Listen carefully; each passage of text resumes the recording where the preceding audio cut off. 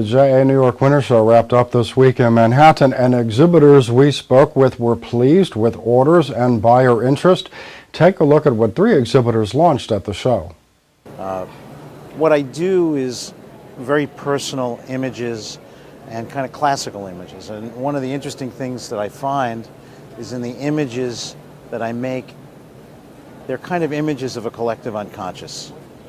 For instance, I do a series of moons, and when I designed the moon, I looked for the classic moon from children's illustration in the 19th century. But I couldn't find that moon that I remembered, so I made it. Now, when people look at the moon, they go, oh yes, I know that moon. So a lot of the images are like that. Making cherubs or making putti, everyone is familiar with those kinds of images, but from where? So as you create or develop an image, how you own it as far as the authorship of it is very interesting. So they're not uncommon images, but they're approached and maybe from a slightly different point of view. One of the newest projects that I got involved with in the past year is with a friend of mine named Chris Palouf, who is an innovator in the world of making Damascus steel and using Damascus steel as wedding bands. And I make tools to make some of my work. And so I'm very familiar with working in steel, but only as a tool to produce and strike things. As I was finishing one of the steel tools, I realized, wait a minute, I can drill a hole in this tool and it can become a ring, but let's use an interesting steel. So the first piece was a Damascus piece, and when it came off of my machine, it's just a great chunk of steel, and it was rather dull, but as soon as it hits the acid and you etch the layers out, the earth moved. And how many times in one's life does the earth actually move? And the ring came out, it's a woman's face. I call her Volcana, and it comes out with a tribal tattoo on her face.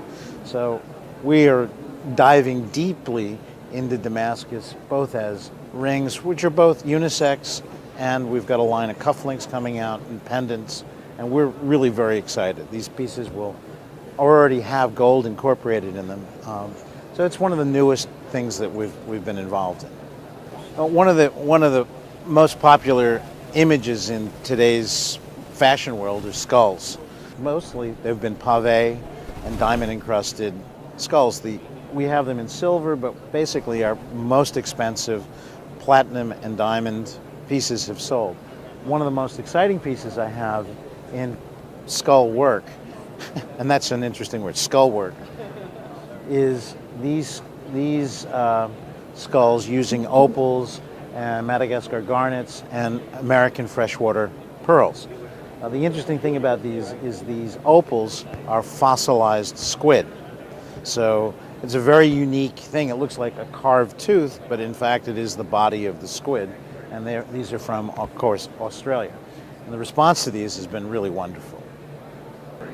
Well, for high-end jewelry, I definitely see a shift in the last year or so where more of the market is buying the high-end jewelry rather than the mid-end or the low-end. So there is a pickup where it had been depressed, I think, over the last several years. But we are definitely seeing a turn towards the higher end.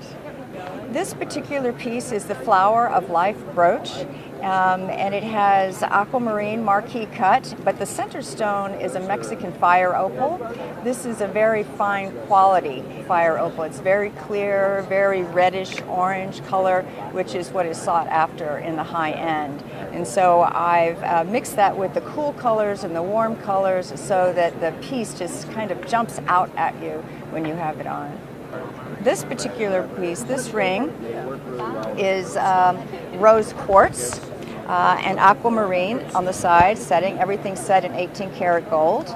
But this particular rose quartz looks like a crystal ball to me because it has so much depth and clarity. You can see right through it. So, and when I look into it, I see visions. So I love this stone. It's a very special stone. Also, this is a very fine specimen of aquamarine set with EF diamonds in a large scale, but the color of the aquamarine is really exquisite also. And then I have these Peruvian opals, green opals. They're from the Andes Mountains. They're really quite rare, but the color on these is exceptional. They are electrifying. So that I was really drawn to the color of these. But these are set with Savarite, pink, sapphire, and diamonds as well. It's been pretty good. Everyone loves the new collection. They're excited. It's different. I think I went as far as I could with the sliced stones and color mixing. So now it's painting on the jewelry. I'm trying to find other colors in enamel, but it's hard to find. I can't seem to find hot pink and orange and purple. So I'm kind of limited to what's available to me. So it's all about color for me.